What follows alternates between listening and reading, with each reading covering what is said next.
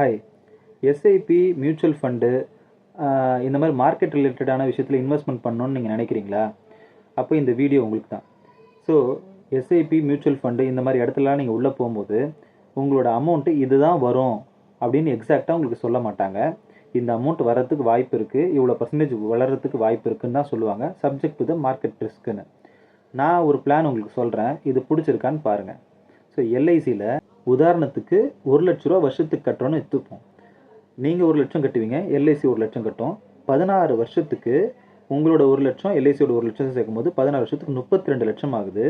சரிங்களா? அடுத்த 9 வருஷம் வெயிட்டிங் பீரியட், அதாவது 16 வருஷத்துலேருந்து 9வது வருஷம் வரைக்கும் 9 வருஷம் வரைக்கும் வெயிட்டிங் பீரியடு. 25வது வருஷம் தான் திருப்பி காசு வரப்போகுது.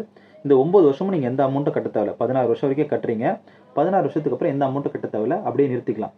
அப்போ 16வது வருஷத்துலேருந்து எல்ஐசி கட்டாதா சார்னு கேட்டால் எல்ஐசி கட்டும், நீங்கள் கட்டக்கூடிய அமௌண்ட்டும் சேர்த்து கட்டும். அதாவது 16 வருஷம் முடிஞ்ச பிறகு நீங்கள் கட்ட வேண்டிய 1,00,000மும் எல்ஐசி கட்ட வேண்டிய 1,00,000மும் சேர்த்து 2 லட்சமாக எல்ஐசியை கட்டும்.